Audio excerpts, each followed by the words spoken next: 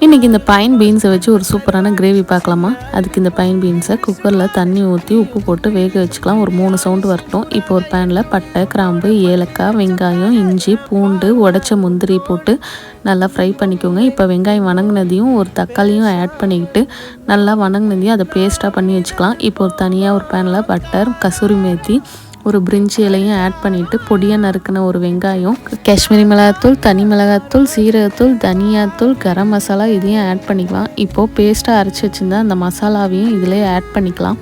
இப்போ வேக வச்சுருந்த பைன் பீன்ஸையும் இதிலே ஆட் பண்ணிவிட்டு நல்லா இந்த மசாலா ஸ்மெல் போகிற அளவு நல்லா கொதி வரட்டும். கிரேவி கன்சிஸ்டன்சியை அட்ஜஸ்ட் பண்ணுறதுக்கு நம்ம தண்ணி ஊற்றிக்கலாம். இப்போ இந்த கிரேவியோட டேஸ்ட் நம்ம கொஞ்சமாக என்ஹான்ஸ் பண்ணுறதுக்காக நம்ம 1/2 ஸ்பூன் சுகர் ஆட் பண்ணியிருக்கோம். அடுப்பில் சிம்மில் வச்சுட்டு ஒரு 10 மினிட்ஸ் கழித்து எடுத்தோன்னா ஒரு பர்ஃபெக்டான கிரேவி ரெடி ஆயிரும். இப்போ கடைசியாக 2 ஸ்பூன் ஃப்ரெஷ் க்ரீமியை ஆட் பண்ணிவிட்டு சர்வ் பண்ணுங்கள். சூப்பராக இருக்கும்.